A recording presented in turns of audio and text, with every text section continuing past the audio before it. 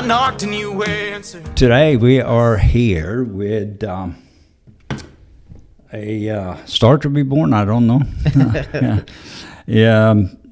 Austin Travis. Never met you before, but it's going to be interesting to talk to you a little bit. And tell me a little bit about yourself and where you're coming from and all that. Gotcha. Well, my name is Austin Travis, as you already said, and thank you again for the opportunity. I'm from Okmulgee, and I'm a Christian musician, singer-songwriter. I've been doing this for about 4 years now, and just came out with my first single. Originally, I was working in the cannabis industry, but God called me out of that, and I was saved, and He changed my life 100%. This is not where I was expecting to be 4 years ago.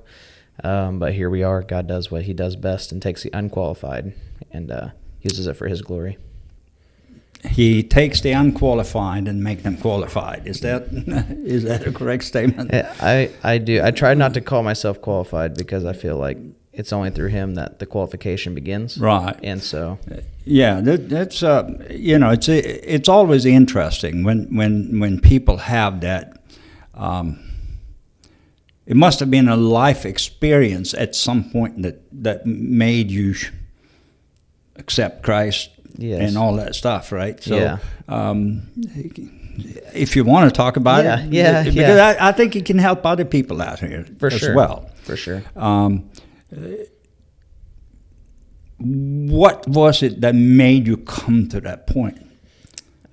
Most of it was I was self-medicating a lot, and that the time that I had spent, doing this type of thing of self-medication. And like trying to cope with different things in my life that had kind of go on with like loneliness and depression. I started to lean a lot on cannabis and some other things. And, that led my relationship for my wife to go in the opposite direction that I always wanted to go. I started growing away from my wife, away from my 3 kids. And God met me in the garden one day, and there's just like this loneliness feeling I had it had been months. I was not in the right spot mentally. Right. And God came in that day, and I wouldn't say it was like kind of like a vision, but it was more like a feeling, when we get that feeling. It's a feeling of love. And I hadn't felt that before, even in the spot where I was like. And you at the time you were by yourself? Yeah, I was by the garden. By myself, just doing some trimming on some plants. And this podcast came on, and it was a preaching podcast. And I was like, man, get this thing off here. I don't want to hear this stuff. And so I switched it back, and I don't know why it switched to that. And then I went back to work. Not but 2-3 minutes later, it comes back on, and it's this guy, Mike Todd, over at Transformation, and he's talking about going into the deep. And I couldn't stop the podcast at the time because I was in the middle of something. And God just like, hey, this is what I'm trying to tell you. Yeah, it was your moment of truth. I think we all have some of that kind of experience in our life, but some people, I grew up in a Christian home, Christian parents, going to church, all that stuff, and I had a similar experience at one point in my life, and it's revolutionizing, really, because the change at least in and I don't know how it was for you, but I feel like you might have had the same experience. It was almost instant change. It was same. I think it was the next day I went in, and I didn't come back to the cannabis industry the next day. That was it. God changed everything. I didn't work for 6 months. Right. It was everything flipped upside down, but I had the least amount of things I have ever had in my life in that 6 months, and I was the most happy I'd ever been in my life in those 6 months.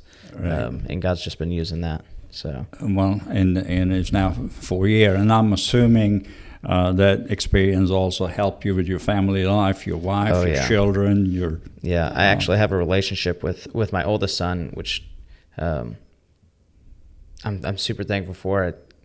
My kids and I relationship are super, super strong. I feel like a father now. Right. And I feel actually one with my wife. You know, we're evenly yoked. She's always been a Christian. And I don't know why she stayed with me as long as she did. She was holding out. Praise God for that, because I put her in some position. She probably had a few days of prayer. Yeah, she was telling me, I've been praying for you for years. And, you know, she held it out, and she's definitely the one for me. She knew what was happening.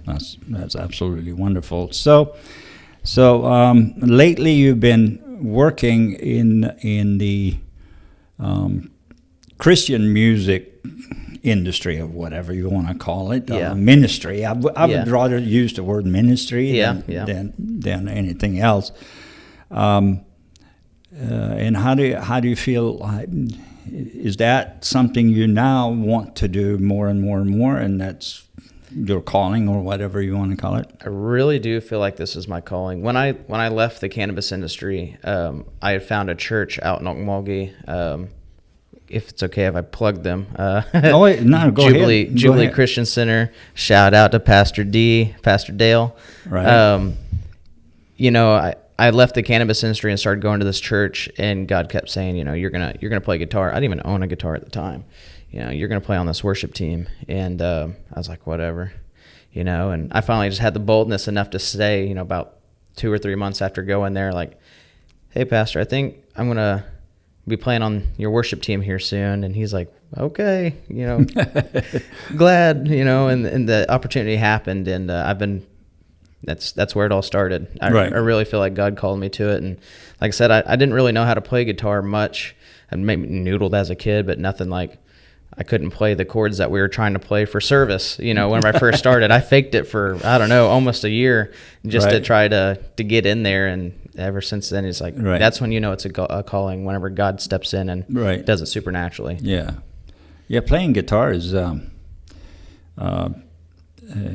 know, unfortunately, I haven't played in years, but that was one of my things when I was your age and probably younger than you. I think I started playing guitar when I was like 12, 13 years old. Gotcha. Yeah, you're probably better than me then. I still got a 12-string guitar that I bought in 1967. Oh, man, that's vintage.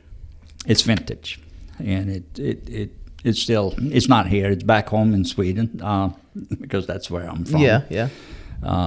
It's too fragile to travel with, I would say.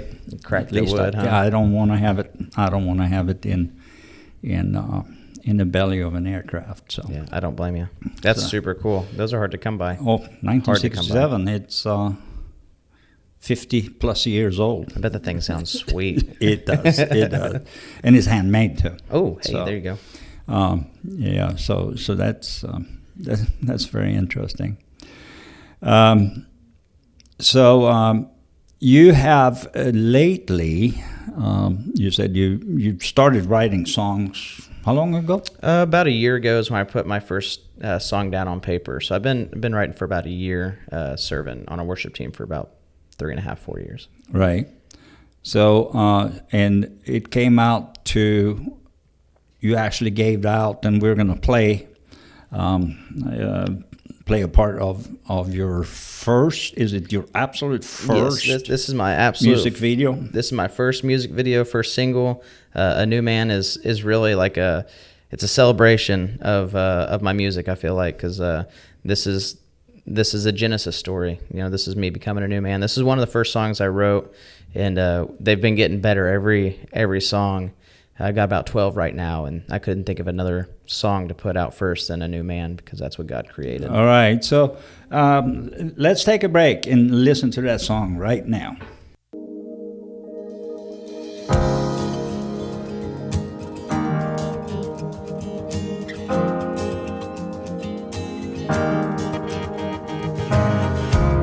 I knocked and you answered. I seek and I find.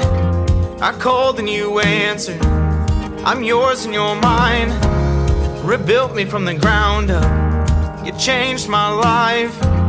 Your faithfulness is freedom. And I give you my life, and I'm coming back to life. I'm coming back to life. I'm coming back to life. There's beauty in the ashes. I'm coming back to life. I'm coming back to life.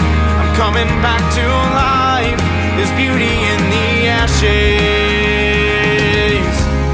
Your glory's forever. You calm the stormy weather, and death has no power. I call you my Father. You're blessed and you heal me. Sacrifice to save me. And what a testimony. I am free. I'm coming back to life. I'm coming back to life. I'm coming back to life. There's beauty in the ashes. I'm coming back to life. I'm coming back to life. I'm coming back to life. There's beauty in the ashes. Yeah. You say he can't. You say he won't. I say he did. I'm a new man, new man. You say he can't. You say he won't. I say he can. I'm a new man, I'm a new man. You say he can't. You say he won't. I say he did.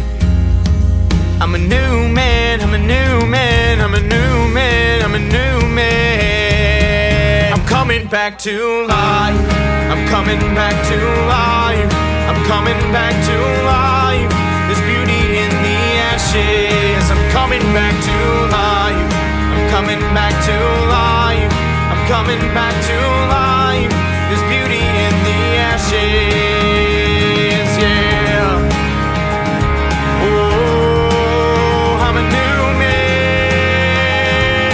Yeah. You say he can't. You say he won't. I say he did.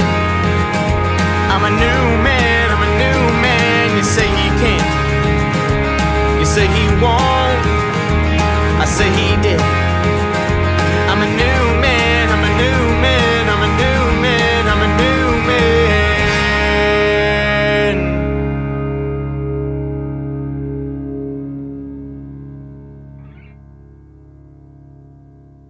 And what do we have?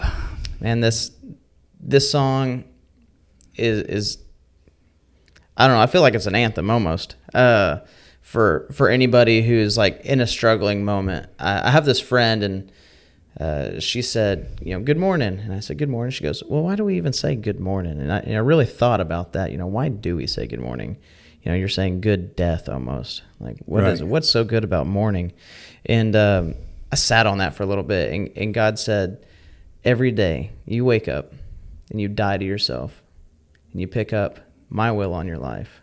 That's a good morning. And I said, okay. And that kind of just carried on into the song. That was kind of like some of the thoughts behind it. I'm going to knock on that door. He answered. Right. I'm going to call out, and he answered. He does every time. There's another song that, man, I really, really love. He's like, I sought the Lord, I heard, and he answered. He answers every time. It's a prodigal child. He wants us to come back. He loves us so much that he won't force us to love him. Right. But he wants us to love him. And I feel like that's true. Yeah, love. I believe, I really believe God is actually, we're part of his creation. Amen. Yeah. We're sons and daughters of God, really. I mean, we have our earthly mothers and fathers, but once you get born again, you get into a different realm in your spiritual life. For sure. For sure. So it's once you lean on that spiritual aspect of like knowing that, he even says, I clothe the lilies. Do the birds worry about what they eat? And if he can take care of the little things, why couldn't he take care of us? Yeah. So I really appreciate human interaction and friendship and fellowship. But if you could take it one step further and start realizing that the relationship with God is a real relationship, right, man, your life will change. It'll change for sure. And I know you know that. Oh yeah, no. It's again, it's a revolution in your life once you find that part, and I think that's a lot of people, and especially non-believers. I think they need to come to a point where they actually get that experience in life, because it is a spiritual experience that will go so deep into your spirit, your soul, your life. So it actually physically changes you. Oh yeah. And you know, I'm not perfect. No human is perfect, but fundamentally, it changes your entire life, the way you're thinking, the way you're behaving. And I'm not saying we're not sinning, because we are sinners, but it's a fundamental change. I almost don't have words for it. I don't think that you can have words for it, because that'd be too simple. I think it'd be too simple. Yeah. What I think is super, super cool about my generation and the generations under is we've spent a lot of time on social media or on video games, really, when we were younger. You know, that was like our first big thing, was video games, Facebook, MySpace. And we started getting into this realm of like, what can I do to help influence? Right. So we've really lost the ability to like step out. And now that we're getting older and we're starting to run into this, like, hey, I'm 30 years old. Like, I really need to start figuring some things out. We're all searching for something now. Yeah. And I really feel like there's a revival coming, because people, even some of my friends who are like, dude, you're crazy, are like, you have something here. Nation, United States, as a nation, needs a fundamental change. Yeah. And you can see all the things from a spiritual standpoint, where things has been going with all the craziness, and without being political. Right. We need a fundamental spiritual change. Yeah, we need to stand on the truth. Yeah. That's what it is. We need to stand on the truth. Yeah, absolutely. And you know, the interesting part you brought up, you know, the word "good morning." I think some of the vocabulary we are using here is part of something we just say. We've done it all life without even thinking about it. Yeah. And to go deeper into that, what does it mean to have a good morning? Yeah. God told you, you know, every day, and I feel the same way. Every day I wake up and I can get out of bed and go. I mean, I'm not, you know, I have reached 7-0 and then some. Yeah, so it's a blessing every day you wake up, and especially when you, like me, have had a chance to have very little illness and sickness, and I've been blessed all my life. Amen. I've been hospital once for that's fantastic. for appendix removal, and I came in the last minute, and that was it. Besides that, I really haven't had any other medical issues. So that's awesome. He's keeping you strong. Yeah, strength of the Lord. Yeah, and I also think being conscious about how you live your life, what you put in your mouth is important. That goes back to the body's a temple, you know. It does. Yeah. It really does. And you know, junk food is junk. Yeah, there's a reason why it's junk. It's a stomach filler. Yeah, but it's junk. Yeah. And I think, you know, we're getting off subject here, but I think that is important too. Yeah. So I like what you were saying. The words that we do speak, they feel like just words, but God created with His word. Word is power, and there's life and death in the word. And there's a lot of phrases that I know my generation says. I'm sure generations before us and maybe even after, hopefully we can stop. But simple phrases where it's like, "Oh, that killed me," you know. Maybe we're speaking death on ourselves rather than life, you know. Yeah. No. I believe, you know. I believe you can, to some degree, change and affect your life the way it comes down to your mental health, really. Because if you're depressed, if you're down, you have a tendency to speak negatively. Yeah. But I am, and I've seen it. I've seen it traveling the world. I've seen when you speak positive words and conversations and all that, it'll actually, over time, it changes to something really positive. So yeah, absolutely, you're absolutely right. And I'm getting ready to go on this tour in June, and that's what excites me the most when we're saying where you're traveling the world and you're like getting to see these experiences. Have you ever gotten a chance to like experience like a revival or anything like that before? Many. What's the one thing that you brought out of one of those revivals? That's what I'm really excited to be a part of and going out on this tour. I'm actually kind of writing a song about it, so I'm just kind of curious what your main thing you've brought out of a revival. One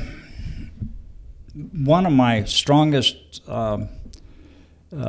experiences with that was in Zimbabwe, Harare, in 1986. So it's a few years ago. Reinhard Bonnke, have you ever heard of him? No, sir. All right. Look it up. A very, very interesting minister with passion for salvation, Okay. preaching the gospel. That was his thing all the time. That's all he did.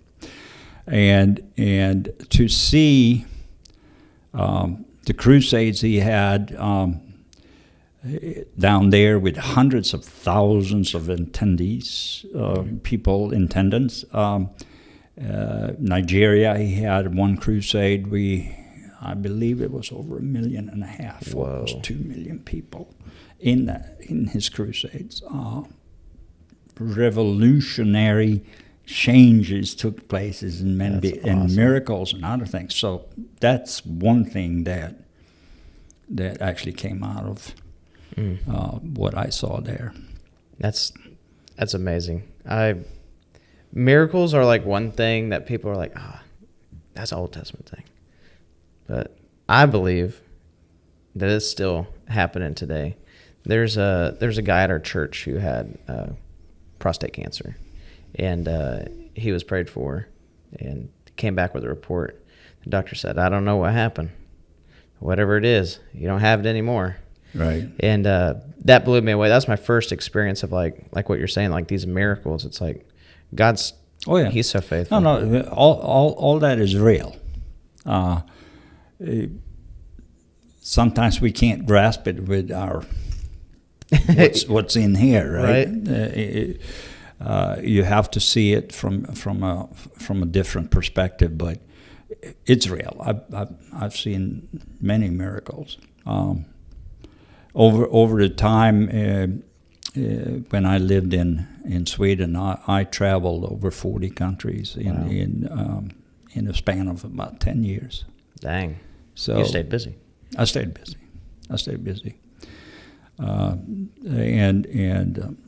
Mainly what we were doing, we were ministering, doing ministry all over many different places. So that's super cool. So it was cool. So where is this trip taking you? So we're going to start here in Tulsa. We're going to go. It's originally the Great Plains tour. We're still kind of booking, but right now what we've got so far is Tulsa down to Corpus Christi. Then we're going to try to head on up north, ending it in Montana. It's going to be about 2 to 3 weeks worth of. Is it a team, group of people? So we're going to have some musicians come on some of the shows. Some of them there won't. I really want to focus on worship. Right. So I don't want to make it too complicated because I don't want to get in God's way. Right. So there's some that we will have some things. I'm still building out a band. Heads up, any people out there. So we're still kind of developing the band around it. Right now it's just been studio bands. Okay. So. All right. Well, it sounds very, very interesting. As far as internet, and internet presence with your music. I'm assuming you're establishing a platform now for where people can actually listen to your music and Yeah. buy Yeah, you can singles or whatever. Or listen. Oh yeah, you can go on to Spotify and find me on there under Austin Travis. You may have to do Austin Travis, a new man, to find my profile, just because I'm so new. And then I'm on YouTube, Pandora, any of the platforms. Instagram, yep. Austin Travis Music on Instagram. Facebook. Austin Travis on Facebook. Okay. TikTok. That's Austin Travis Music 59, I believe. I'm new to TikTok because I thought it was going to cancel. So I was like, and so I don't know. I don't know what was happening. Yeah, it did cancel for one day. 1 or 2 days. I mean, it was down for almost 24 hours. I'm a Facebook, Instagram person. Never really got into TikTok, but I kept getting pressured. Like, dude, you need to do TikTok. You need to do TikTok. I'm like, okay. Do you know what? That's where you actually reach the younger generation. Yeah. You don't so much reach them on Facebook anymore. No. You don't reach them on YouTube anymore. That's for the 40s, 50s, and 60s. You know, TikTok is the younger generation's platform, and you know, me looking at TikTok, I look at some of it as stupidity that is on there, but if you can get in there and influence the young generation, you're doing a great service. Mm-hmm. So I'm glad actually they took it back. So we have the opportunity to do that, and hopefully it will stay that way, and we can get some American ownership in it. And it seems like the new guy in office. We shall see what happens. A lot of stuff is happening with him. So I think if we can get that, I think TikTok would be a good platform for the younger generation. Yeah. So we're trying to focus a lot on all three platforms right now, especially since we're getting ready to go out. The plan with the tour is to play music at each spot. But we're trying to develop a ministry around it too, to where we're not just going and playing and leaving. Yeah. We want to go into the area and spend a day where we're clothing the homeless, feeding the homeless, or anybody who needs medical necessities. So you're doing with your tour. You're also going to try to do a ministry tour out of it. Yeah. We're trying to connect with some local churches and bring in people that may not know Christ, or who may have and they walked away, or whatever it may have been. Help them out, give them some resources. That way, when we play and we leave, we don't leave them with nothing. Right. We play, we give them some hope. God comes, changes their life, and then they're left with an option to move forward rather than, cool day, cool night, and now what do I do? So that's what we're trying to develop along with the tours. Give them some cool stuff to keep pushing forward. That's cool. All right. So what do you got for plans for? You have any upcoming recordings or albums or anything going? What's going on there? Yeah, I've got a new song that we're in the studio with right now. Super close to finishing it. It's called Tongues of Fire. It's about the day of Pentecost and God being strong. So that's going to be coming out here soon. I'm not going to release the date yet for that, but we've got that going on. We've got 10 other songs, too, that we're doing. So we've got 12 total songs, and we're just plugging away. We'll be releasing all of these within... Are they coming with a video to it? Oh, yeah. Oh, yeah. Each one of them? Yeah. Yeah. And, the first one here that you have seen... the master and producer himself is right here in the chair, right? Yep. And you did all the cuts, the edits, the recording. Yeah, well, I did the recording at the studio that I work at. We just used the audio for that, and then we overlaid it with the video. But all the cinematography, all that stuff was my wife and I.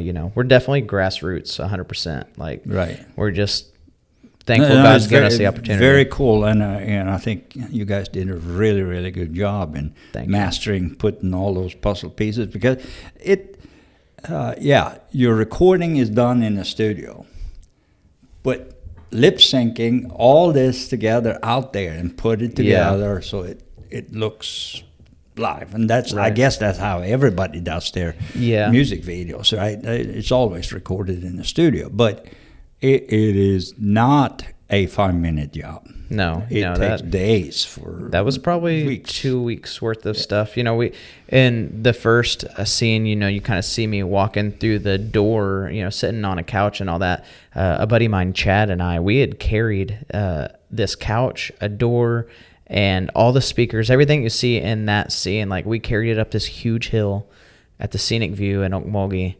At the Okmulgee Lake, and it was terrible. And we're just reminding ourselves, like, it's for But you did such a good job. I mean, I'm actually surprised the Thank quality it came out to. Thank you.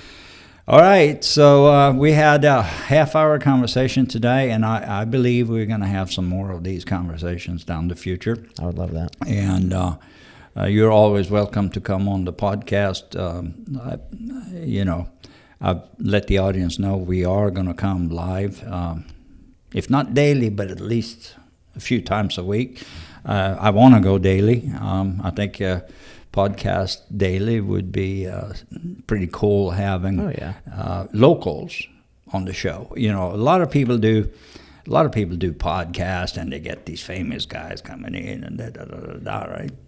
But I want to make the local community famous. There you go. Yeah, make them known. And have locals come on the show. And if you're out there, by the way, and you want to come on a podcast, like an interview like this one or anything, give us a ring. Go to our website, go to our contact page, and just send us a message, and we'll get back to you. So, but it was nice meeting you. Thank you for being here today. Absolutely. And God bless, and you take care, my friend. You too. Thank you. Bye-bye. Bye.